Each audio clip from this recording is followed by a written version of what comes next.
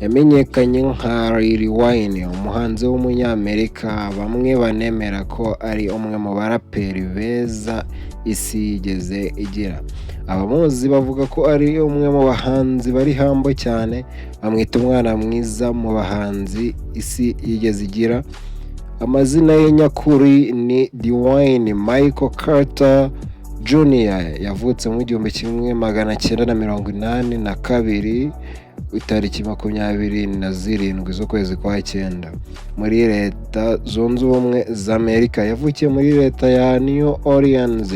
Papa we ni Dwayne Michael Turner, mama we ni Jessida Sita Carter.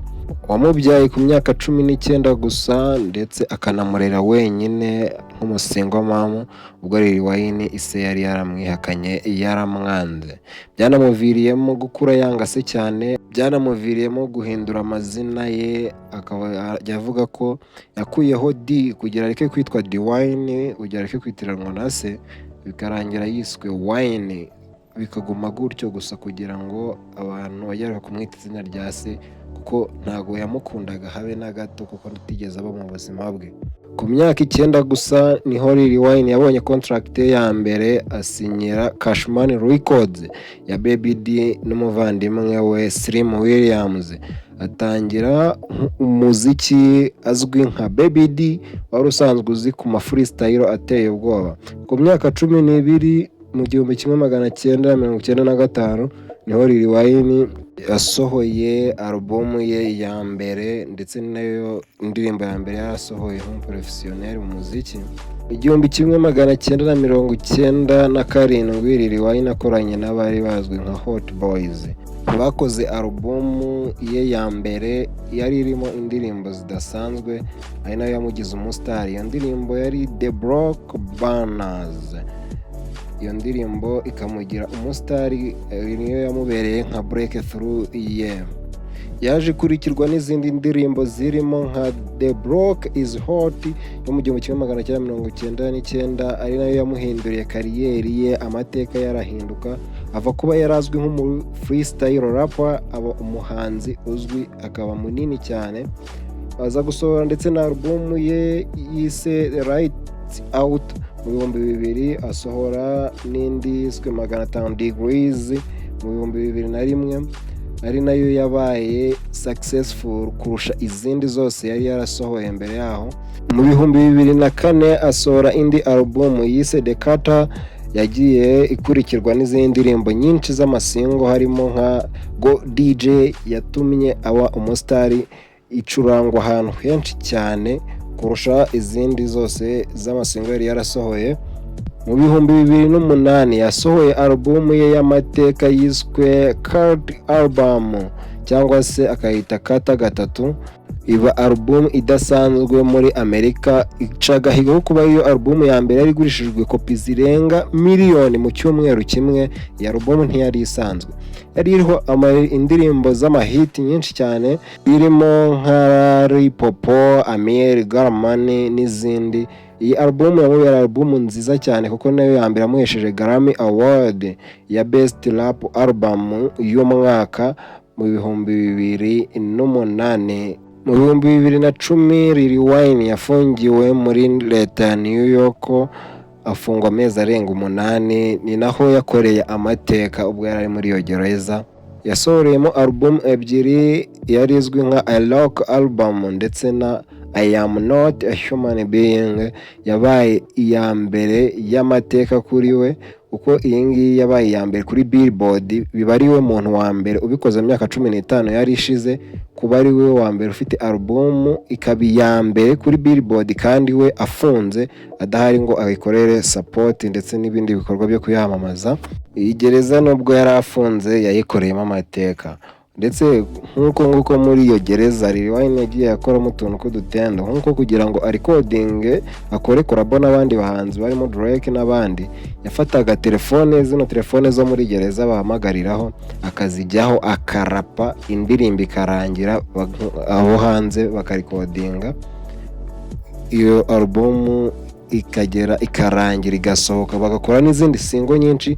Iyi gereza ikoreyemo indirimbo nyinshi. igereza yaje no kubamo gatendo ubwo P-Diddy na Kanye West bari bamusuye, aho abantu bose ari abasoriveyara abaje kumusura ari imfungwa, haba akaduruvayo ka danje, abantu bose bashaka kuza kureba ibyamamare byaje kuri gereza. Byaramuviriyemo umugisha muri bya bintu nababwiye ati Lil Wayne ibisanzwe n'umwana mwiza, nubwo aho ngaho yari yafungiwe ibiyobyabwenge n'imbunda zitemewe, ariko Lil Wayne ahangaha yaje no gufungurwa igihe kitageze bitewe no kwitwara neza muri gereza.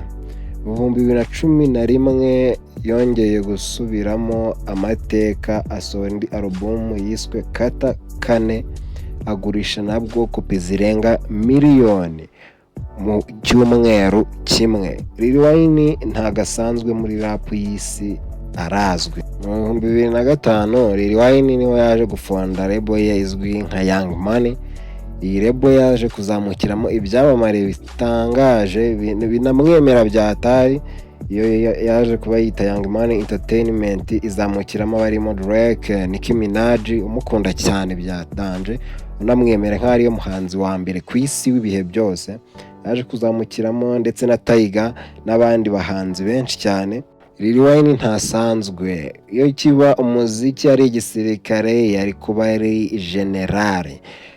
Uyu muraperi ari decorated, umwe mu baraperi bari decorated cyangwa se bafite title zihambaye, kuko uyu muraperi afite Grammy Award zirenga 5, afite BET Award 11, akaba arifite Billboard Music Award zigera kuri 4, akagira ndetse nanone BET Hip Hop Award zirenga 16, akagira MTV Video Music Award 2.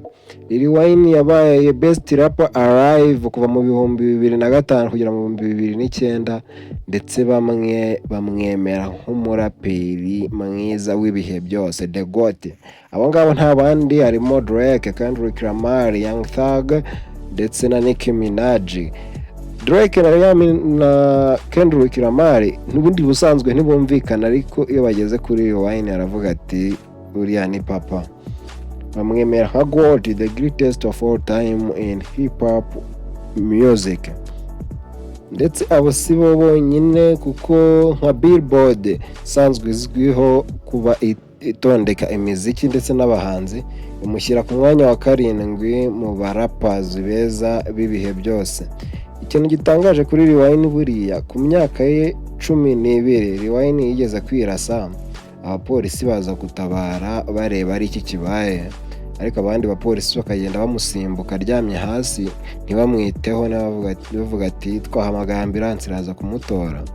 Umupolisi akunda gushima cyane, muzabibona mu video ye, amwita Uncle Bob, niwe waje aramufata aramuterura amujyana mu modoka ya polisi amwerekeza kwa muganga. Uyu muraperi yari kubivuga abavuga ati abandi bapolisi baraje bakajya bansimbuka bajya kwirebera imbunda n'ibindi biyobyabwenge byari biri aho ngaho, ariko Uncle Bob we yaraje avuga ati uyu mwana uri hasi we kubera iki mutamwitayeho, abandi bakavuga ngo bahamagara ambulance, ariko Lil Wayne ntibyamushimishije na gato. Kubwo kuba ndetse n'abandi bantu benshi ntabwo byabashimishije kumva ko abapolisi bageze mu nzu Lil Wayne yari arimo, bakajya basimbuka ahantu yari aryamye bakigira kwifatira ibiyobyabwenge n'ibindi bintu, bo bakanga kumwitaho. Nabyo bintu ashimira Uncle Bob kuba yaramutabaye, kuko icyo gihe yari yirashe, ariko nyine kwa kundi abana babakina n'imbunda, ko yari afite imyaka 12, ariko yari afite n'amafaranga ko yabaga mu nzu ya wenyine. Maze kwirasa nibwo Uncle Bob amwerekeje kwa muganga mu modoka y'abapolisi. Ikindi kintu nuko Lil Wayne buriya kuba yarabyaye ari muto ya myaka 16 yabisabwe na mama we agifite imyaka 14 gusa. Lil Wayne ku myaka 14, aho abandi bana babwira ati reka ntabyo gusambana n'ibindi bikorwa nk'ibyo, Lil Wayne ku myaka 14 mama we yaramubwiye ati urakuze nshaka umwuzukuru. Ntibyanatinze rero, kuko ku myaka 16 gusa Lil Wayne n'umugore we Antonio Toya Johnson babyaye umwana wabo w'umukobwa wa mbere bamwita Ragna Carter. Ndetse Lil Wayne afite ubungubu abana 4 barimo Ragna Carter umukobwa we wa mbere, Dwayne Michael Carter, hakabamo Cameron Carter ndetse na Neil Carter. Ikiganiro ni The Artist, njyewe ndi Musa ku mbuga nkoranyambaga zose. Iyi ni M-Zone, uzayikurikiranaho n'abandi bahanzi wumva amateka yabo. Kanda subscribe, ufungura akazogera, ukande like, usiga igitekerezo cyawe muri comment section.